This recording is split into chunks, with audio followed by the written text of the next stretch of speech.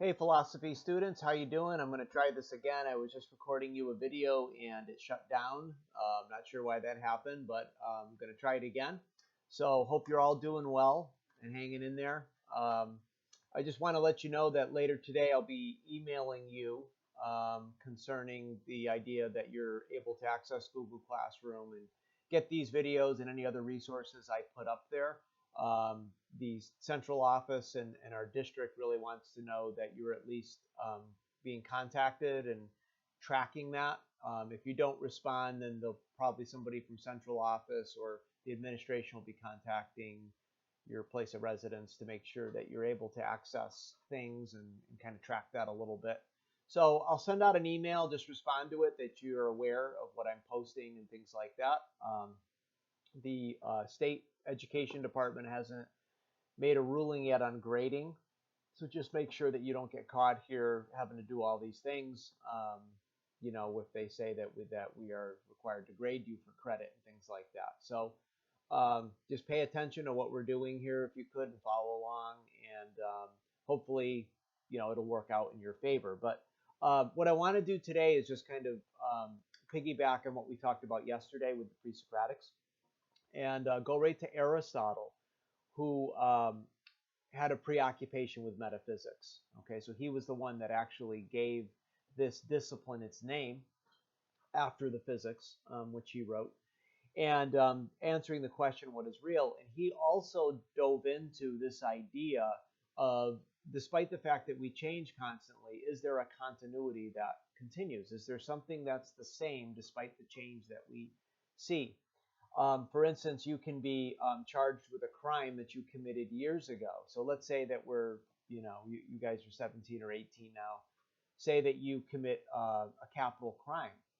Well, 20 years from now, you could be brought up on charges and, essentially convicted and spend the rest of your life in jail if it's serious enough. And we assume that there's something that's the same about you. So when you're 38, even though you look radically different than you look now, we assume that there's something that's the same about you. Now, today we would argue it's DNA or something like that, but for most of human history, they didn't have that information. So what was it that continued even though there's consistent and constant change? Um, so he looked at it this way. He uses the word substance as a replacement for reality.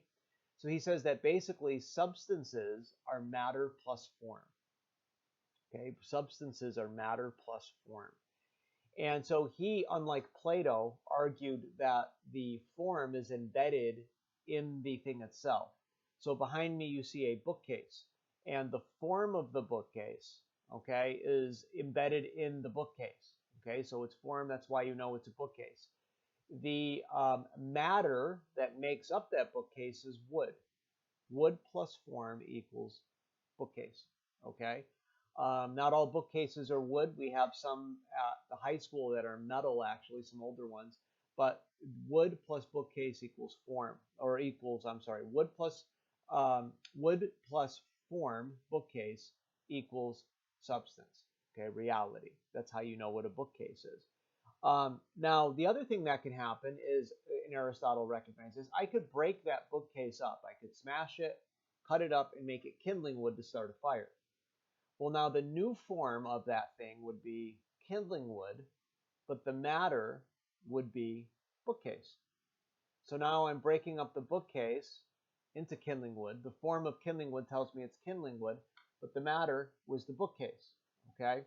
And then I can burn the kindling wood, and the new form of that now is ash, but I know that the matter was the kindling wood. And there's this continuity that keeps going through substances even though they change. Okay? Now, Aristotle got a little more descriptive with this, and he said essentially everything that exists has four causes. The first one he called the formal cause. What is the thing? That's a bookcase. Very simple. It's its name. It's its formal cause, which is the bookcase. Second thing is material cause. What material cause does it have? So that should be clear to or obvious. The material cause in that case would be wood. It's made of wood, okay? And then we have something that he called an efficient cause. Who made it? Who designed it? Who acted upon it? Who put it in its final form? And that would be, a that would be maybe a architect, not an architect, but a carpenter.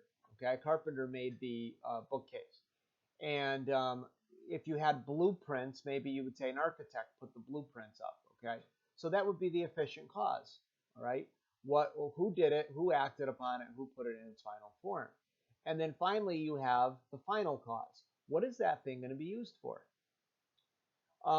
So it's not as simple as its formal cause. You can say, well, it's a bookcase. Okay. Final cause, though, is what are you really going to use it for?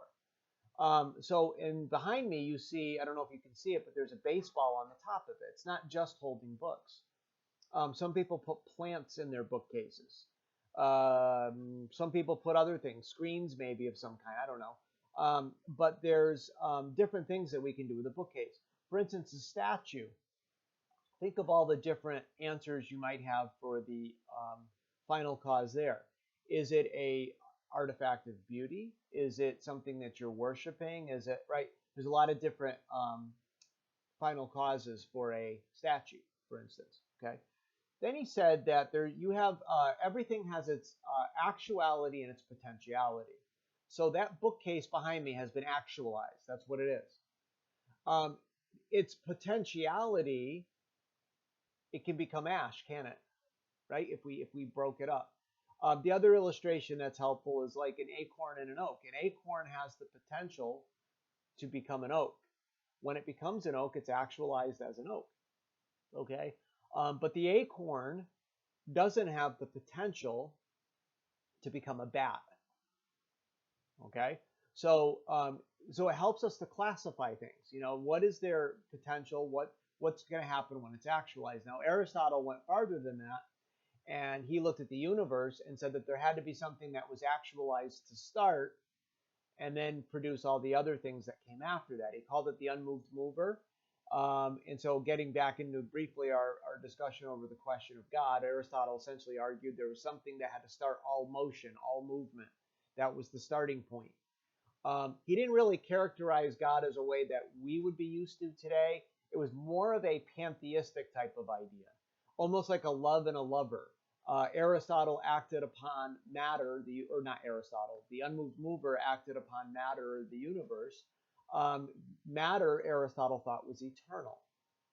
And so the unmoved mover was kind of the soul of that, moving it and doing these other things, but they were kind of intricate and together and eternal together.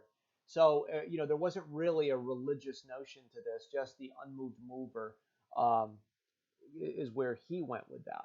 So your description kind of talks about that, and there are some questions there. The chart kind of says, asks you about those things, okay? The one thing that's not in your reading is the actuality and the potentiality. So just what I gave you here will help you to kind of answer that. And it says a working example. So just give an example. Like I just gave you an example of a bookcase. You can use my example or come up with one of your own. Now, you might say, well, this is kind of straightforward and obvious. Now, imagine, though, the controversy that comes out when you apply this to a human being. So instead of a bookcase, take your four causes and say, well, how would I do this with a human being?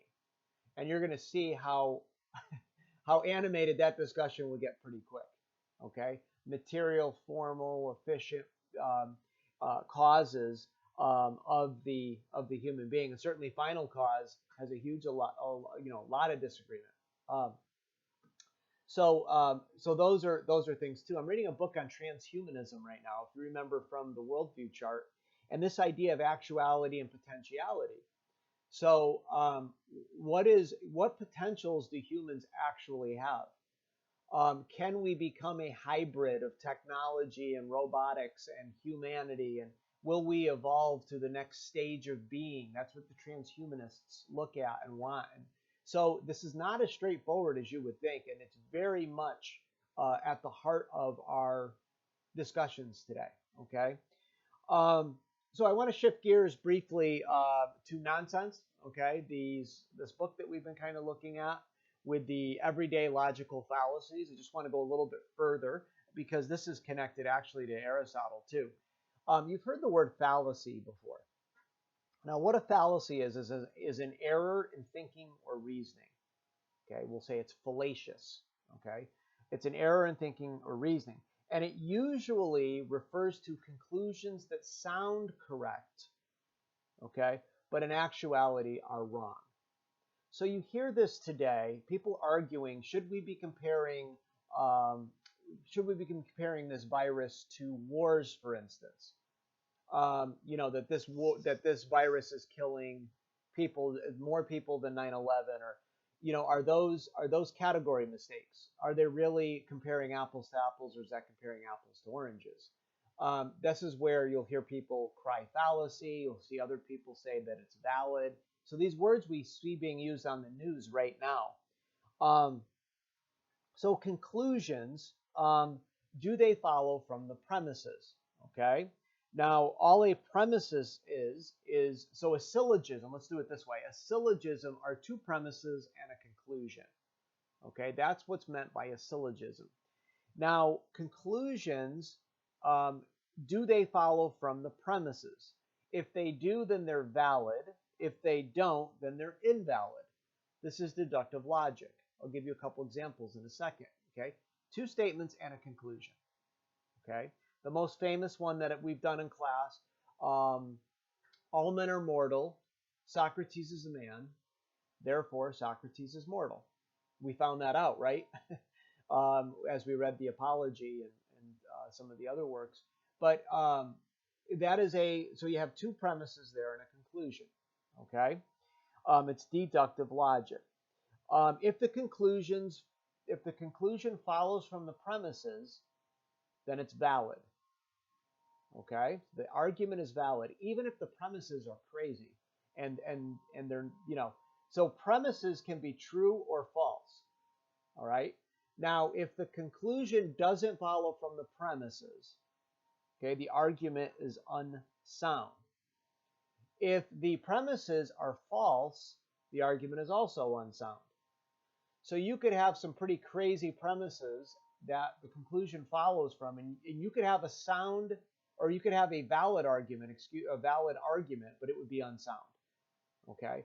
And so we would know this in everyday life, but that's what gets tricky with advertisements and when people say things publicly about other people.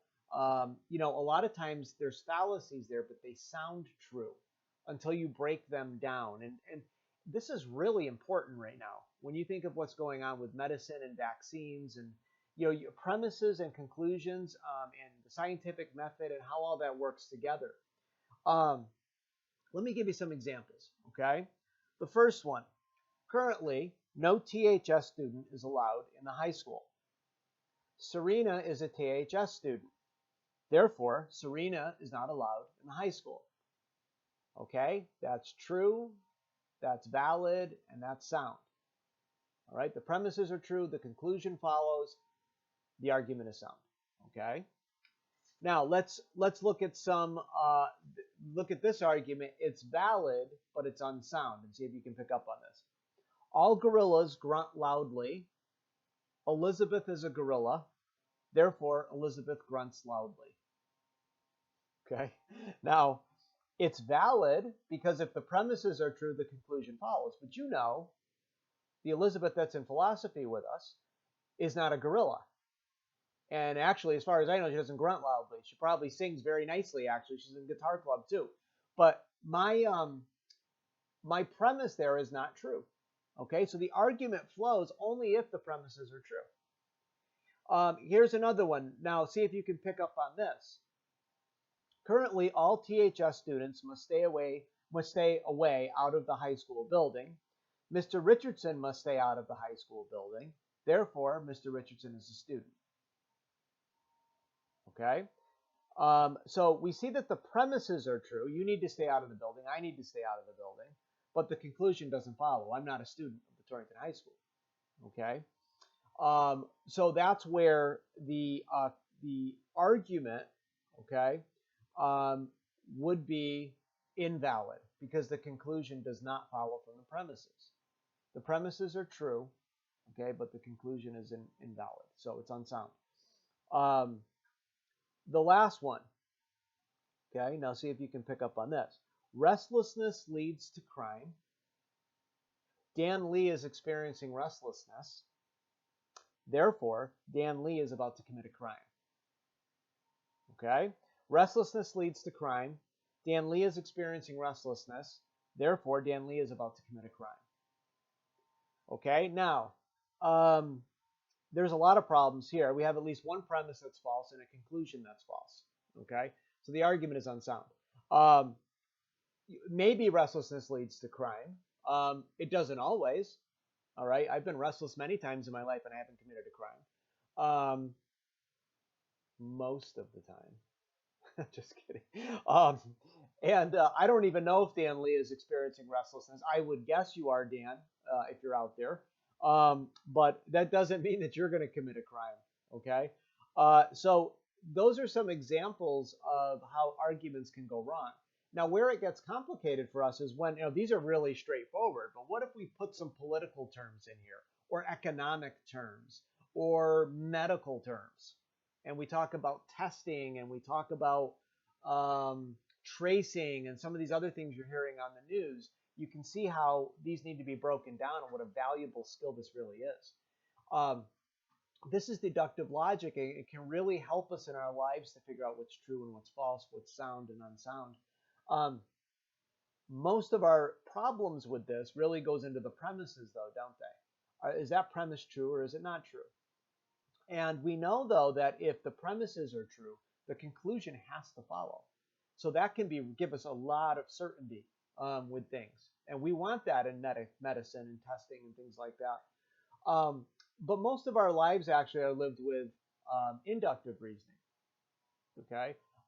In other words, if we don't see anything other than what we've experienced, we will assume that the thing that we experience is true for all, okay, or is always going to be true, okay? So inductive reasoning is actually how we live most of our life and draw conclusions. We draw conclusions from our specific experience to the larger experience. Now that has its weaknesses too, right? So the classic example is you see white albino crows land outside your window every day. You are going to assume that that's going to happen tomorrow.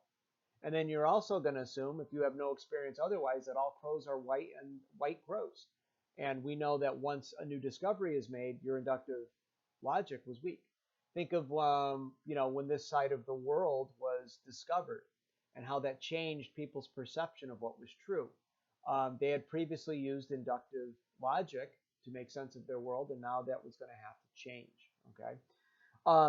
So just some examples of things that can happen in everyday life. So kind of play with that a little bit. I'll put up some documents in a few days maybe that you can play around with in terms of premises and conclusions. In the meantime, just look out for that email I'm going to send you. Hope you're doing well and hang in there. Hopefully this warm weather will help things, and we'll talk to you soon, okay?